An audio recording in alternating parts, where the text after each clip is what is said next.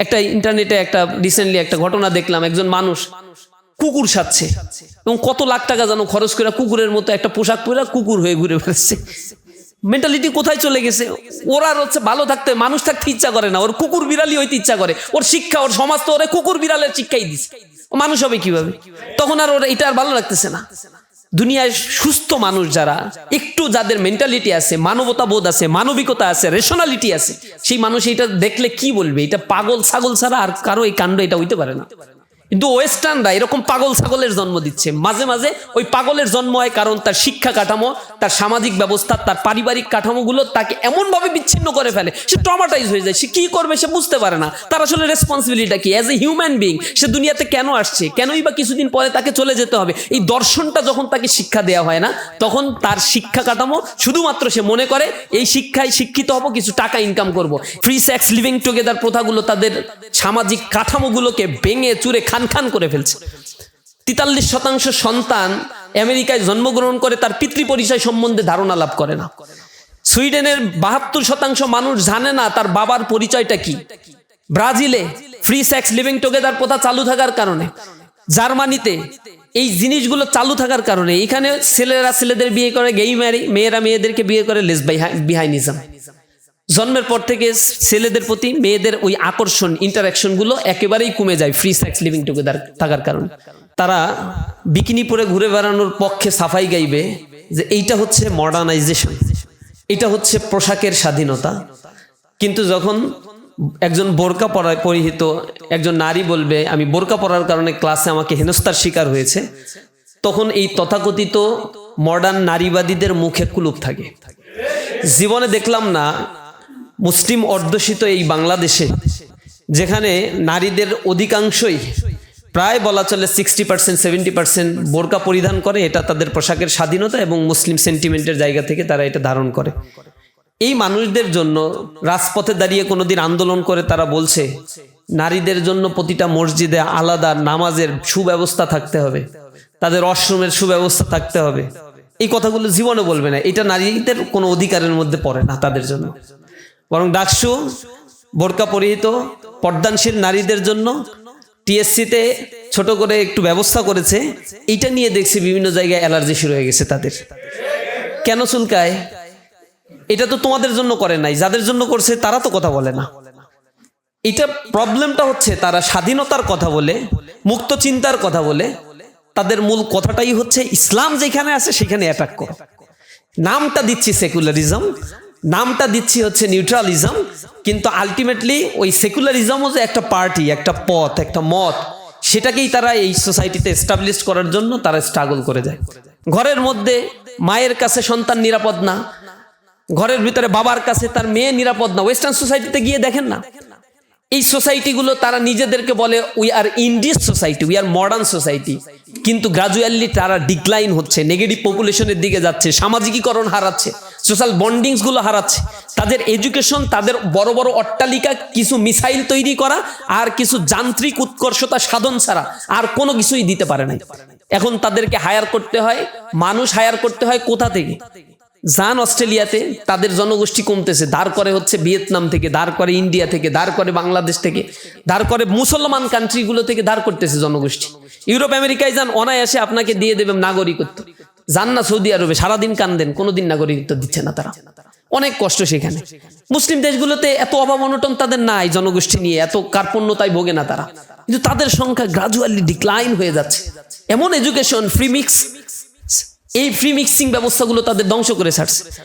একটা ছেলে স্কুল কলেজে পড়ছে, তার মানে সে ইথিক্যাল হবে না। সে কলেজে পড়ার পরে অবাক হয়ে যায় যে কলেজে পড়ছে, তুই শিবির করিস, অবাক হয়ে যায়, শিবির করতে পারে না। এটা তো সাংঘর্ষিক একটা বিষয়। শিবির তো একটা হুজুরের দল, এটা মাদ্রাসায় পড়বে, দাড়ি টুপি থাকবে, এটা একটা কমিউনিটি, একটা আলাদা। আমি যে এই বাংলাদেশে জন্মগ্রহণ করছি, আমি যে মুসলিম, আমার যে আমি সবার সাথে মিশতে পারি, এই সোসাইটি আমার এডুকেশন সিস্টেমের মধ্যে দিয়ে এইটা ডিফারেন্সিয়েটটা করে ফেলছে। ইউনিভার্সিটিগুলোতে সাবজেক্ট ওয়াইজ আমার এই ডিফারেন্সিয়েশনটা করে ফেলছে।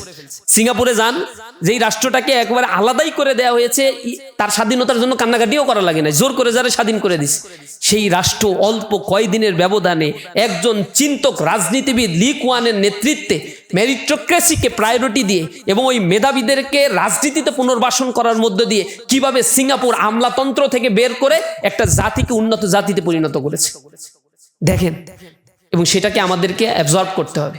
রাশিয়াতে শতভাগ মানুষ, প্রায় 99.5% মানুষ হচ্ছে এডুকেটেড।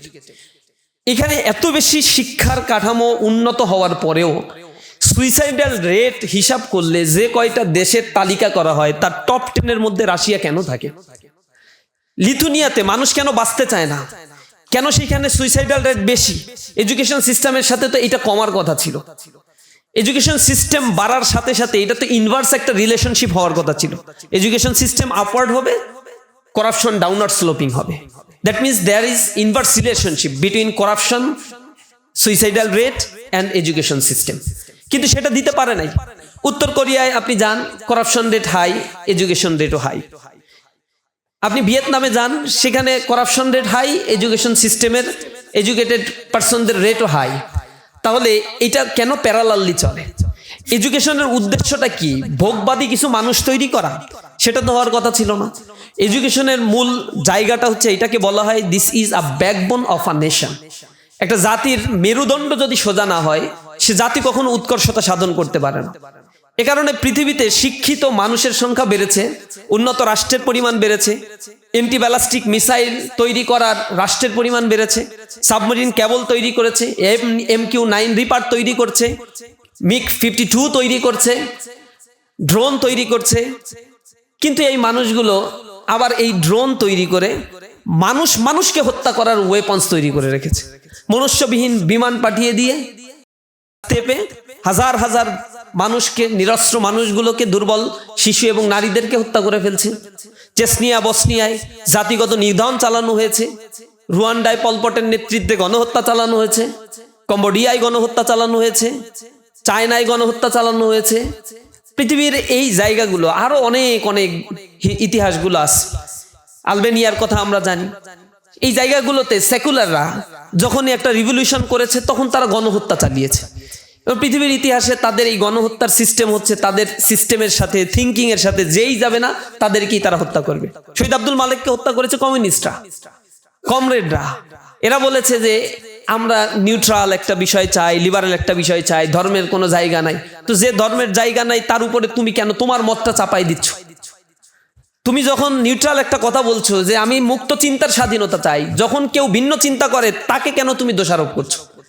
তাকে কেন কনজাস্টেড করার চেষ্টা করছো? সোসাইটিতে এইটা তাদের মধ্যে একটা বড় ধরনের প্রবলেম। তারা সবচেয়ে বড় গুপ্ত রাজনৈতিক চর্চাটা এখানে করে। আদর্শিক জায়গা থেকে ইসলামকে হিট করার জন্য সব ওয়েপন্স তারা ব্যবহার করে। হিন্দুদের ব্যাপারে কোনো কথা তারা বলবে না, খ্রিস্টানদের ব্যাপারে কোনো কথা বলবে না, জায়নিজমদের ব্যাপারে তাদের কোনো কথা নাই। ঘুরে ফিরে আমরা সেকুলার মানে হচ্ছে এন্টি ইসলাম, এটাই হচ্ছে তাদের দর্শন। তো সেই জায়গায় ওয়ার্ল্ডের এই ক্লাসিফিকেশনটা গুলো এই পেপারের মধ্যে কিছুটা দেখালে হয়তো আমাদের জাজমেন্ট করা সুবিধা হতো। আর একটা বিষয় আমার কাছে এই পেপারে অ্যাবসেন্ট মনে হয়েছে, একটা হচ্ছে পাকিস্তান পিরিয়ডে এবং তার পূর্ববর্তী এডুকেশনের কাঠামোটা। পাকিস্তান পিরিয়ডে যে 8টা শিক্ষা কমিশন গঠন করা হলো, পাকিস্তান স্বাধীন হয়েছে 1947 সালে। এই রাষ্ট্রের মূল কথা ছিল এই রাষ্ট্রটা হবে একটি ইসলামিক ভাবধারার চিন্তার আলোকে গঠিত একটা রাষ্ট্র কাঠামো। কোরআন এবং সুন্নাহের আলোকে তার নীতি নিয়মগুলো পরিচালিত হবে এবং মানুষদেরকে সেই দ্বিজাতি তত্ত্বের ধারণা দিয়েই কিন্তু এমন একটা সেন্টিমেন্টে এই উপমহাদেশ 1947 সালে বিভক্ত হয়েছিল। কিন্তু 23 বছরের পাকিস্তান পিরিয়ডে যার অধিকাংশ সময় সেনা শাসন ছিল, এই সময়টাতে শিক্ষা কাঠামো কেমন হবে এজন্য অনেক কমিশন, 23 বছরে 8টা কমিশন গঠন হলেও এই শিক্ষা কাঠামোর কাঙ্ক্ষিত কোনো পরিবর্তন হয়নি।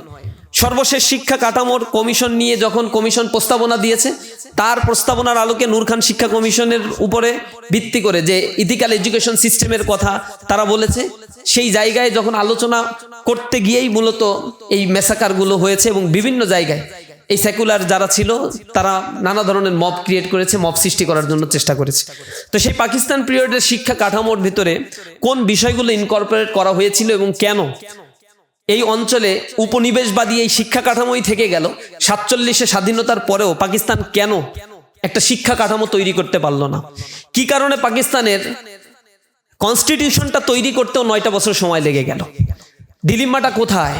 শাসক গোষ্ঠীর এই পোর মেন্টালিটি, বিশেষ করে পলিটিক্যাল পাওয়ারের poor mentality, including after independent of this country, এই সময়ে এসেও পলিটিক্যাল পার্টিগুলোর মূলত রিফরমেশনের কাজগুলো থাকে, এডুকেশন রিফর্ম করা, একটা জাতিকে নিয়ে দীর্ঘমেয়াদী চিন্তা করা, জাতি সামনের দিকে কিভাবে এগিয়ে যাবে, কোন বেসিসের উপরে একটা জাতিকে আমি তৈরি করব, এগুলো খুব ডিপ আন্ডারস্ট্যান্ডিং এর একটা ব্যাপার। এটা খোলামেলা হালকা পাতলা আলোচনার কোনো ব্যাপার না। শিক্ষা ক্রম কেমন হবে, শিক্ষা ব্যবস্থাপনা কেমন হবে, ক্রম শিক্ষা কাঠামোর মধ্যে যারা বই লিখছে, বইয়ের মধ্যে কোন ধরনের বিষয়গুলো, কন্টেন্টগুলো ইনজেক্টেড করা হচ্ছে, ইটস সো মাচ ইম্পর্টেন্ট। এর মধ্য দিয়ে মানসপট তৈরি হয়, একটা জাতির মনস্তত্ত্ব সেভাবে গড়ে ওঠে, যেই খেলাটা দীর্ঘ সময় ধরে এই স্বাধীন বাংলাদেশে করা হয়েছে। কুদরতি ক্ষুদা শিক্ষা কমিশনের পর থেকে ধারাবাহিকভাবে যে 11টা কমিশন তৈরি করা হয়েছে, প্রত্যেকটা কমিশন উপরে উপরে শিক্ষা নীতির কথা বলে, পজিটিভ শিক্ষা নীতির কথা বলে, শিক্ষাক্রমের মধ্যে যে ধরনের নেগেটিভ বাতাসগুলো ঢুকানো হয়েছে, তাতে জাতির মধ্যে শতদা বিভক্ত একটা জাতি তৈরি হয়েছে। এবং এটা ব্রিটিশদের একটা থিঙ্কিং ছিল। আপনি পাকিস্তানে এরকম জিনিসগুলো পাবেন না, যেটা বাংলাদেশে আমরা শিক্ষা কাঠামোর ক্ষেত্রে পাই। মালয়েশিয়াতে পাবেন না। আমাদের শিক্ষা কাঠামোর কথা বললে মালয়েশিয়াতে, ইন্দোনেশিয়াতে, কুয়েতে, চায়নায়, জাপান, জার্মান অথবা পৃথিবীর বিভিন্ন দেশগুলোর শিক্ষা কাঠামো অ্যানালিসিস করে দেখবেন, জন্মগতভাবে একটা শিক্ষা কাঠামোতে এত বেশি ডাইভার্সিফিকেশন, ইটস আনবিলিভেবল। মাদ্রাসা, তাও আবার কওমি হাফেজি আলিয়া, স্কুল আছে, সরকারি বেসরকারি স্কুল। সরকারি স্কুলগুলোতে এক ধরনের ট্রিটমেন্ট সরকারের, মাদ্রাসার জন্য এক ধরনের ট্রিটমেন্ট। বাজেট যখন অ্যালোকেট করা হয় এই রাষ্ট্রের, সংবিধানের ভিতরে বলা আছে এদেশের সকল নাগরিক সমান অধিকার লাভ করবে, কনস্টিটিউশনের একেবারে স্পষ্টভাবে মৌলিক অধিকারের মধ্যে বলা হয়েছে। কিন্তু শিক্ষা কাঠামো যার মাধ্যমে একটা জাতি তৈরি হয়, সেই শিক্ষা কাঠামো আপনারা খুঁজে দেখবেন, মাদ্রাসা শিক্ষার্থীদের জন্য যে বাজেট দেওয়া হয়, এভারেজে একজন স্টুডেন্টের পেছনে 12 থেকে 15,000 টাকা ইয়ারলি খরচ করে গভর্নমেন্ট। একটা স্কুলের স্টুডেন্টের জন্য ইয়ারলি 25,000 টাকা করে খরচ করে, আর একটা ক্যাডেট কলেজে পড়ুয়া স্টুডেন্টের জন্য 1,35,000 বা 36,000 টাকা করে এভারেজে 1 ইয়ার গভর্নমেন্টের পক্ষ থেকে খরচ করা হয়। এরপর আবার ইংলিশ মিডিয়াম আছে। বাংলাদেশের মধ্যে থেকে ইংলিশ মিডিয়াম হচ্ছে বাংলাদেশের কোনো কৃষ্টি, culture, social structure, economic system, political system কিচ্ছু শিখায় না। বাংলাদেশের বাইরে গিয়ে আলাদা একটা কালচারাল সিস্টেমকে অ্যাডাপ্ট করে তৈরি করেছে ব্রিটিশ ভলিউমে, ব্রিটিশদের কারুকার্যে এক ধরনের শিক্ষা কাঠামো। এখানে আবার যারা একটু বড় লোক হয় আর কি, সকল ধনী আছে, অনেকে আঙুল ফুলে কলা গাছ হয়, বাপ মা হচ্ছে লেখাপড়া জানে না, কিন্তু কয়টা টাকা হয়ে গেছে, এলিটের সাথে মিশতে হবে, এই জন্য ছেলে মেয়েরা আবার পড়া ইংলিশ মিডিয়াম। এরকম দরিদ্র পলিটিশিয়ান পরবর্তীতে বড়লোক হয়েছে। এটা বাংলাদেশে খুবই নর্মাল একটা সিনারিও। আমি এখন হিসাব করে দেখলাম, এটা একটা রিসার্চ করার জন্য একজনকে বলছি যে বিএমপির মধ্যে আগে যারা খাইতে পারতো না, বন বাজারে ঘুমাইতো, তাদের মধ্যে থেকে কত শতাংশের ছেলে মেয়ে এখন ইংলিশ মিডিয়ামে পড়ে, এটা একটু খুঁজে বের করা যায় কিনা। খুঁজে দেখা যাবে, অনেক পাওয়া যাবে, কারণ এটা একটা ক্লাস, এডুকেশনটাকে একটা ক্লাস সিস্টেমের মধ্যে নিয়ে গিয়েছে। এই ক্লাস সিস্টেমের মধ্যে গিয়ে একটা জাতিকে কিভাবে সেগ্রিগেট করা যায় সেই একটা আইটেম, এবং ওরা সুপিরিয়র কমপ্লেক্সে ভুগতে থাকে। ইউনিভার্সিটির এডুকেশন সিস্টেমকে সুপিরিয়র ইনফিরিয়র কমপ্লেক্সের মধ্যে একটা ক্লাসিফিকেশন নিয়ে চলে আসা হয়েছে, যার ফলে এই সোসাইটির মনস্তত্ত্ব তৈরি হয়েছে সার্ভেন্ট আর হচ্ছে প্রভুর একটা মনস্তত্ত্ব, যেই জায়গা থেকে একটা শিক্ষা কাঠামো বের হওয়ার কথা ছিল। মালয়েশিয়াতে আমরা দেখেছি একটা সার্টেন টাইম পিরিয়ড পর্যন্ত মালয়েশিয়াল culture, Islamic norms and values, অন্য আদার রিলিজিয়নের নর্মস অ্যান্ড ভ্যালুস একটা সার্টেন টাইম পিরিয়ড পর্যন্ত প্রত্যেকটা স্টুডেন্টের জন্য বাধ্যতামূলক, একই কাঠামো, একই ধরনের ফ্যাসিলিটিস। আমার রাষ্ট্রের সংবিধান এটা বলে, কিন্তু সংবিধানকে গ্রাজুয়ালি কন্টিনিউয়াসলি ভায়োলেট করছে এই দেশের পলিটিক্যাল পার্টি, যারা কনস্টিটিউশনের দোহাই দিয়ে তারা ক্ষমতায় আসে। তারা সবার জন্য সমান শিক্ষার অধিকার নিশ্চিত করতে সম্পূর্ণ ব্যর্থ। আর এই জিনিসটাই হচ্ছে শিক্ষায় এই বাংলাদেশ ছাড়ার আগে, এই ভূখণ্ড ছাড়ার আগে ইংরেজদের পুশ করা একটা মেন্টালিটি তারা এটা তৈরি করে দিয়ে গেছে। এই অঞ্চলে আমরা যদি দেখি যে বিশেষ করে স্যার জন অ্যাডামের একটা রিপোর্ট থেকে জানা যায়, তিনি বলেছেন যে এই অঞ্চলে ব্রিটিশরা আসার আগ পর্যন্ত এভারেজে, স্যার জন অ্যাডামের রিপোর্ট অনুযায়ী সে বলছে শুধু বাংলা আর বিহারে 1 লক্ষ বিদ্যাপীঠ ছিল, বিদ্যালয় ছিল। এই 1 লক্ষ বিদ্যালয়ের মধ্যে এভারেজে স্টুডেন্টের পরিমাণ ছিল 400 প্লাস। এর বাইরেও বিহারের আর একটা অংশ এবং ভারতের বিশেষ করে মুর্শিদাবাদ, কলকাতা বা এই জায়গাগুলোতে হিসেব করে দেখা গিয়েছে সেখানে প্রতি 250 স্টুডেন্টের জন্য একটা করে বিদ্যালয় তৈরি করা হয়েছিল। এবং মুসলমানদের এই অঞ্চলে প্রায় 550 বছর শাসনের হিস্ট্রিতে মুসলিমদের মধ্যে অশিক্ষিত জনগোষ্ঠীর পরিমাণ পাওয়াই যেত না বললে, একবারে ভেরি ফিউ একটা অ্যামাউন্ট। মুসলিমরা তখন শিক্ষা অর্জন করত, এই বিদ্যালয়গুলো সবার জন্য উন্মুক্ত ছিল। এই অঞ্চলে দাসত্বের মেন্টালিটি থেকে জাতিকে মুক্ত করার জন্য শিক্ষা কাঠামো, সভ্যতা, কৃষ্টি, কালচার মুসলমানরা স্বাধীন সুলতানি আমল এই সময়গুলোতে সবচেয়ে বেশি অ্যাডাপ্ট হয়।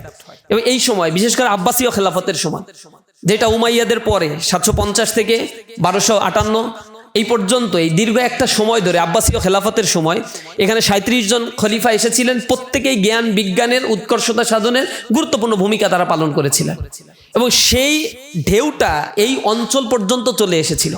স্বাধীন সুলতানি আমলেও এই অঞ্চলের মানুষের মনস্তত্ত্ব কিভাবে তৈরি হবে, মানুষের মধ্যে বন্ডিংসটা কিভাবে তৈরি হবে, জাতি হিসেবে নিজেকে তারা কিভাবে পরিচিত করে তুলবে, সেই ব্যাপারেই মুসলিমরা সবচেয়ে বেশি গুরুত্ব দিত। এবং মুসলিমরা ছিল এই ভূখণ্ডের স্থায়ী নিবাসী।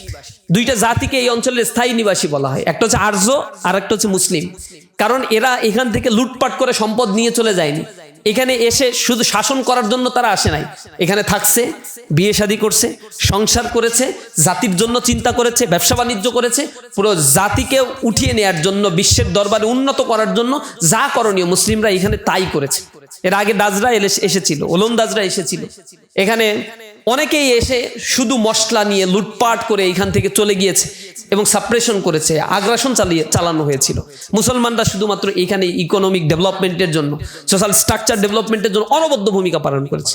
তৎকালীন সময় এই বাংলাকে বলা হতো জান্নাতাবাদ। জান্নাতাবাদ এত চমৎকার নগরী ছিল, মুর্শিদাবাদের সম্পদ, ঢাকার সম্পদ, ইটস ট্রিমেন্ডাস আউটস্ট্যান্ডিং একটা জায়গা ছিল, যে জায়গাটাকে ক্ষয়িষ্ণু করার জন্য ব্রিটিশরা এসে প্রথম 100 বছর কোনো কাঠামোগত শিক্ষা তো তৈরি করেই নাই, বরং তারা 100 বছরের মধ্যে যত বিদ্যাপীঠ ছিল সবগুলোকে ধ্বংস করে রাখছে। ধ্বংস করে দিয়ে যখন মুসলমানদের শিক্ষা থেকে দূরে রাখতে পেরেছে, হিন্দুদেরকে তাদের মতো করে এডুকেটেড করতে পেরেছে, তখন ম্যাকলের ওই যে থিওরিটা একটা মানে মনস্তত্ত্বের জায়গা থেকে তারা কিছু ব্রিটিশ দাস তৈরি করতে চেয়েছে। রক্তে থাকবে মানুষ, মাংসে থাকবে বাঙালি, কিন্তু মনস্তত্ত্বের জায়গা থেকে হবে একটা দাস, সার্ভেন্ট হিসেবে সার্ভ করবে। এবং তারা সাকসেসফুলি সেটা রান করছে। ব্রিটিশরা চলে যাওয়ার পরে এর পরবর্তীতে এইটা রিফর্ম করার জন্য, ম্যাসিভ রিফর্ম করার জন্য যে ধরনের থিঙ্কার প্রয়োজন ছিল, যে ধরনের এডুকেশন শিক্ষা নীতি রাইটিং এর প্রয়োজন ছিল, বাংলাদেশে এই 2026 সাল পর্যন্ত এসে আমরা সেটা করতে ব্যর্থ হয়েছি। আর এইটার জন্য যে ধরনের মেন্টালিটি, এই জাতিকে নিয়ে চিন্তা করা, কলোনিয়াল মেন্টালিটির বাইরে গিয়ে বাংলাদেশের ভবিষ্যৎকে নিয়ে চিন্তা করার জন্য যে ধরনের পলিটিশিয়ান প্রয়োজন ছিল, এখানে যারা এসেছে পলিটিক্স করতে এরা হচ্ছে পোর অর চিপ মেন্টালিটির কিছু পলিটিশিয়ানরা আমাদেরকে সার্ভ করেছে দীর্ঘদিন ধরে এবং এখনো পর্যন্ত করে যাচ্ছে। এডুকেশন নিয়ে কিভাবে একটা জাতি মেরিটোক্রেসির মাধ্যমে তৈরি হয় এটা নিয়ে তাদের চিন্তাই নাই। শিক্ষার পাশাপাশি, এডুকেশনের পাশাপাশি যদি ইথিক্যাল গ্রাউন্ডটা মানুষের ঠিক না থাকে তাহলে একটা জাতি কখনো গড়ে উঠতে পারে না। এখানেই ছিল শহীদ আব্দুল মালেকের কথা। তিনি অল্প সময়ে কিছু বক্তব্য দিয়েছিলেন, কিন্তু আমি অবাক হই যে ওই সময়ে তিনি দার্শনিক সোয়াবজার, উইলিয়াম হান্টারের মতো দার্শনিকদের কথাগুলো খুব সংক্ষেপে নিয়ে এসে বোঝানোর চেষ্টা করেছেন যে এডুকেশনের, দার্শনিক সোয়াবজারের কথা বলেছেন তিনি তিনটা খুবই ইনফ্লুয়েন্সিয়াল কথা বলেছেন। একটা এডুকেশনের ক্ষেত্রে সোশ্যাল স্ট্রাকচার, একটা হচ্ছে জ্ঞান আর প্রযুক্তির উৎকর্ষ সাধন করতে হবে, সামাজিকীকরণের উৎকর্ষতা সাধন করতে হবে, আর এখানে মোরালিটির উৎকর্ষতা সাধন করতে হবে। তিনি আবার লাস্টে এমফাসাইজ করে বলেছেন মোরালিটি ছাড়া যদি বাকি দুইটা হয়, it's more dangerous than a lion. সুতরাং তোমার ভিতরে ম্যাটেরিয়ালিস্টিক একটা সোসাইটি আছে, এই সোসাইটি তোমাকে কখনো উন্নত করতে পারে না। এডুকেশনের উদ্দেশ্য এইটা না যে একটা ম্যাটেরিয়ালিস্টিক একটা সোসাইটি তৈরি করে বস্তুতান্ত্রিক ভোগবাদী একটা সোসাইটি তৈরি করবে। তাহলে তো পশু আর তোমার মধ্যে কোনো পার্থক্য নাই, হিংস্র দানব আর তোমার মধ্যে কোনো পার্থক্য নাই, হচ্ছেও না সেই পার্থক্য। ঘরের মধ্যে মায়ের কাছে সন্তান নিরাপদ না, ঘরের ভিতরে বাবার কাছে তার মেয়ে নিরাপদ না। ওয়েস্টার্ন সোসাইটিতে গিয়ে দেখেন না, এই সোসাইটিগুলো তারা নিজেদেরকে বলে we are India's society, we are modern society, কিন্তু গ্রাজুয়ালি তারা ডিক্লাইন হচ্ছে, নেগেটিভ পপুলেশনের দিকে যাচ্ছে, সামাজিকীকরণ হারাচ্ছে। সোশ্যাল বন্ডিংস গুলো হারাচ্ছে, তাদের এডুকেশন, তাদের বড় বড় অট্টালিকা, কিছু মিসাইল তৈরি করা আর কিছু যান্ত্রিক উৎকর্ষতা সাধন ছাড়া আর কোনো কিছুই দিতে পারে নাই। এখন তাদেরকে হায়ার করতে হয়, মানুষ হায়ার করতে হয় কোথা থেকে? যান অস্ট্রেলিয়াতে, তাদের জনগোষ্ঠী কমতেছে, ধার করে হচ্ছে ভিয়েতনাম থেকে, ধার করে ইন্ডিয়া থেকে, ধার করে বাংলাদেশ থেকে, ধার করে মুসলমান কান্ট্রিগুলো থেকে ধার করতেছে জনগোষ্ঠী। ইউরোপ আমেরিকায় যান, অনায়াসে আপনাকে দিয়ে দেবে নাগরিকত্ব। যান না সৌদি আরবে, সারাদিন কান্দেন, কোনোদিন নাগরিকত্ব দিচ্ছে না তারা, অনেক কষ্ট সেখানে। মুসলিম দেশগুলোতে এত অভাব অনটন তাদের নাই, জনগোষ্ঠী নিয়ে এত কার্পণ্যতায় ভোগে না তারা, কিন্তু তাদের সংখ্যা গ্রাজুয়ালি ডিক্লাইন হয়ে যাচ্ছে। এমন এডুকেশন, ফ্রি মিক্স, এই ফ্রি মিক্সিং ব্যবস্থাগুলো তাদের ধ্বংস করে ছাড়ছে। ফ্রি সেক্স, লিভিং টুগেদার প্রথাগুলো তাদের সামাজিক কাঠামোগুলোকে ভেঙে চুরে খান খান করে ফেলছে। 43% সন্তান আমেরিকায় জন্মগ্রহণ করে তার পিতৃ পরিচয় সম্বন্ধে ধারণা লাভ করে না। সুইডেনের 72% মানুষ জানে না তার বাবার পরিচয়টা কি। ব্রাজিলে ফ্রি সেক্স, লিভিং টুগেদার প্রথা চালু থাকার কারণে, জার্মানিতে এই জিনিসগুলো চালু থাকার কারণে এখানে ছেলেরা ছেলেদের বিয়ে করে গেই ম্যারি, মেয়েরা মেয়েদেরকে বিয়ে করে লেসবিয়ানিজম।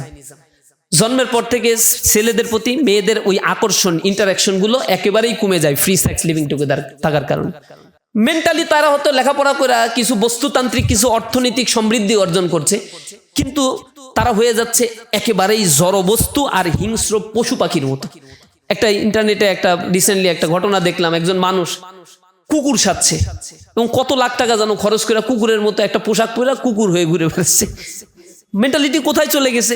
ওরা হচ্ছে ভালো থাকতে, মানুষ থাকতে ইচ্ছা করে না, ওর কুকুর বিড়ালি হইতে ইচ্ছা করে। ওর শিক্ষা, ওর সমাজ তো ওরে কুকুর বিড়ালের শিক্ষাই দিচ্ছে, ও মানুষ হবে কিভাবে? তখন আর ওরা এটা আর ভালো লাগতেছে না।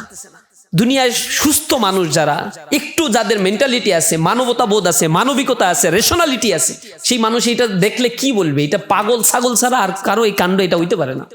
কিন্তু ওয়েস্টার্নরা এরকম পাগল ছাগলের জন্ম দিচ্ছে। মাঝে মাঝে ওই পাগলের জন্ম হয় কারণ তার শিক্ষা কাঠামো, তার সামাজিক ব্যবস্থা, তার পারিবারিক কাঠামোগুলো তাকে এমনভাবে বিচ্ছিন্ন করে ফেলে, সে ট্রমাটাইজ হয়ে যায়। সে কি করবে সে বুঝতে পারে না। তার আসলে রেসপন্সিবিলিটিটা কি? অ্যাজ এ হিউম্যান বিং সে দুনিয়াতে কেন আসছে, কেনই বা কিছুদিন পরে তাকে চলে যেতে হবে, এই দর্শনটা যখন তাকে শিক্ষা দেওয়া হয় না, তখন তার শিক্ষা কাঠামো শুধুমাত্র সে মনে করে এই শিক্ষায় শিক্ষিত হব, কিছু টাকা ইনকাম করব। এই কারণেই শিক্ষা কাঠামোর মধ্যে ইথিক্সের কোনো জায়গা যখন না থাকে, তখন এই সোসাইটির মধ্যে কাস্ট সিস্টেম তৈরি হয়ে যায়। পুঁজিবাদী সিস্টেমের মধ্য দিয়ে একটা অংশ সম্পদের পাহাড় গড়ে, আর একটা অংশ দরিদ্র থেকে দরিদ্র হতে থাকে। এই সমাজে পুলেট ব্যুরোর সদস্যরা স্লোগান দিচ্ছে সমাজের সব মানুষ সমান, কিন্তু তারা যখন ক্ষমতায় যাচ্ছে তাদের ইকোনমি আর ফাংশন করছে না। পুলেট ব্যুরোর সদস্যরা হাজার হাজার লক্ষ লক্ষ মিলিয়ন বিলিয়ন ডলারের মালিক হয়ে যাচ্ছে, আর দরিদ্র মানুষদেরকে তারা সাপ্রেস করে যাচ্ছে। This is the common scenario.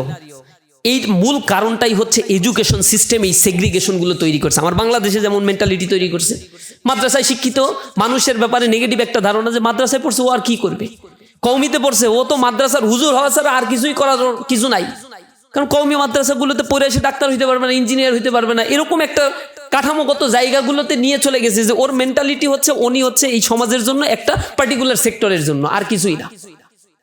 সে আর ওই অন্য আর কিছুই শিখতে পারবে না। একটা ছেলে স্কুল কলেজে পড়ছে তার মানে সে ইথিক্যাল হবে না। সে কলেজে পড়ার পরে অবাক হয়ে যায় যে কলেজে পড়ছে তুই শিবির করিস, অবাক হয়ে যায় যে শিবির করতে পারে না, এটা তো সাংঘর্ষিক একটা বিষয়। শিবির তো একটা হুজুরের দল, এটা মাদ্রাসায় পড়বে, দাড়ি টুপি থাকবে, এটা একটা কমিউনিটি, একটা আলাদা। আমি যে এই বাংলাদেশে জন্মগ্রহণ করছি, আমি যে মুসলিম, আমার যে আমি সবার সাথে মিশতে পারি, এই সোসাইটি আমার এডুকেশন সিস্টেমের মধ্যে দিয়ে এইটা ডিফারেন্সিয়েটটা করে ফেলছে। ইউনিভার্সিটিগুলোতে সাবজেক্ট ওয়াইজ আমার এই ডিফারেন্সিয়েশনটা করে ফেলছে। সেই জায়গা থেকে আমাদেরকে পরিবর্তিত হতে হবে। আমার দেশে এখন সবচেয়ে বড় ক্রাইসিস এই এডুকেশনের সাথে ইথিক্যাল এই রিলেশনশিপটা নাই, যার ফলে ব্যানবেজের তথ্য বলে বাংলাদেশের 80% মানুষ জিম্মি হয়ে আছে মাত্র 20% মানুষের কাছে। বাংলাদেশের 90% সম্পদ জিম্মি হয়ে আছে এই 10% মানুষের কাছে। এই সম্পদগুলোর ইউটিলাইজেশন করতে হবে। ইসলাম এই প্রপার ইউটিলাইজেশনের কথা বলে, ইসলাম ডিসেন্ট্রালাইজেশনের কথা বলে, ইসলাম ইনসাফের কথা বলে। ইসলাম বলে একটা সোসাইটিকে যদি গড়ে উঠতে হয় তাহলে সোসাইটির আভ্যন্তরীণ সকল মানুষকে সমানভাবে গুরুত্ব প্রদান করতে হবে। সেই জায়গা থেকে ইসলামী ছাত্র শিবির তার শিক্ষা প্রস্তাবনা প্রস্তুত করেছে, একটা জাতি কিভাবে উন্নত হতে পারে, আমরা কিভাবে মেরিটোক্রেসির মধ্য দিয়ে একটা সোসাইটিকে এগিয়ে নিয়ে যেতে পারি যেখানে ব্রেইন ড্রেইন হবে না। চায়নায় দেখেন, আমেরিকার মতো জায়গায় প্রতি বছর চায়নার অন্তত 10 থেকে 15 হাজার স্কলার চায়না থেকে আমেরিকায় চলে যাচ্ছে। আজকে যদি আমেরিকা বলে যে চায়নার কোনো নাগরিককে আমেরিকায় ঢুকতে দেব না, আমেরিকার 50% গবেষণাগার ক্লাস করবে। এত বেশি উন্নত রিসার্চ সেন্টারগুলোতে চায়নার আধিপত্য, তার জনগোষ্ঠীর আধিপত্য তারা তৈরি করে রাখছে। সিঙ্গাপুরে যান, যেই রাষ্ট্রটাকে একবারে আলাদাই করে দেওয়া হয়েছে, তার স্বাধীনতার জন্য কান্নাকাটিও করা লাগে না, জোর করে যারা স্বাধীন করে দিছে, সেই রাষ্ট্র অল্প কয়েকদিনের ব্যবধানে একজন চিন্তক রাজনীতিবিদ লি কুয়ানের নেতৃত্বে মেরিটোক্রেসিকে প্রায়োরিটি দিয়ে এবং ওই মেধাবীদেরকে রাজনীতিতে পুনর্বাসন করার মধ্য দিয়ে কিভাবে সিঙ্গাপুর আমলাতন্ত্র থেকে বের করে একটা জাতিকে উন্নত জাতিতে পরিণত করেছে দেখেন। এবং সেটাকে আমাদেরকে অ্যাবজর্ব করতে হবে। এই দুইটা সাইমালটেনিয়াসলি যদি আমরা চালাতে পারি, সোসাইটিতে আমরাও অল্প সময়ের ব্যবধানে একটা উন্নত জায়গা নিজেদের জন্য তৈরি করতে পারবো। বস্তুবাদী শুধু উন্নয়ন নয়, শিক্ষার মূল উদ্দেশ্য যেটা harmonious development of body, mind and soul, এই আত্মার বিকাশ সাধনের মধ্য দিয়ে, বডি মাইন্ডের গ্রোথের মধ্য দিয়ে একটা সোসাইটিকে আমরা গড়ে তুলতে চাই। ইসলামী ছাত্র শিবির প্রতি বছরই শিক্ষা সপ্তাহ পালন করে শিক্ষার্থীদের কাছে এই কথাগুলো বলার চেষ্টা করছে। প্রত্যেকটি জায়গায় বুকলেট, লিফলেট এগুলো বিতরণ করে সচেতনতা গ্রো আপ করার জন্য চেষ্টা করছে। আপনারা যারা এখানে আজকে উপস্থিত হয়েছেন, আপনারাও নিজ নিজ জায়গা থেকে এই তাত্ত্বিক বিষয়গুলো মানুষকে বোঝানোর জন্য চেষ্টা করবেন। সোসাইটি পরিবর্তনের জন্য আমরাও যেন ভূমিকা রাখতে পারি। আল্লাহ রাব্বুল আলামিন আমাদের সেই তৌফিক দান করুন, আমিন। আসসালামু আলাইকুম ওয়া রাহমাতুল্লাহি ওয়া বারাকাতুহু।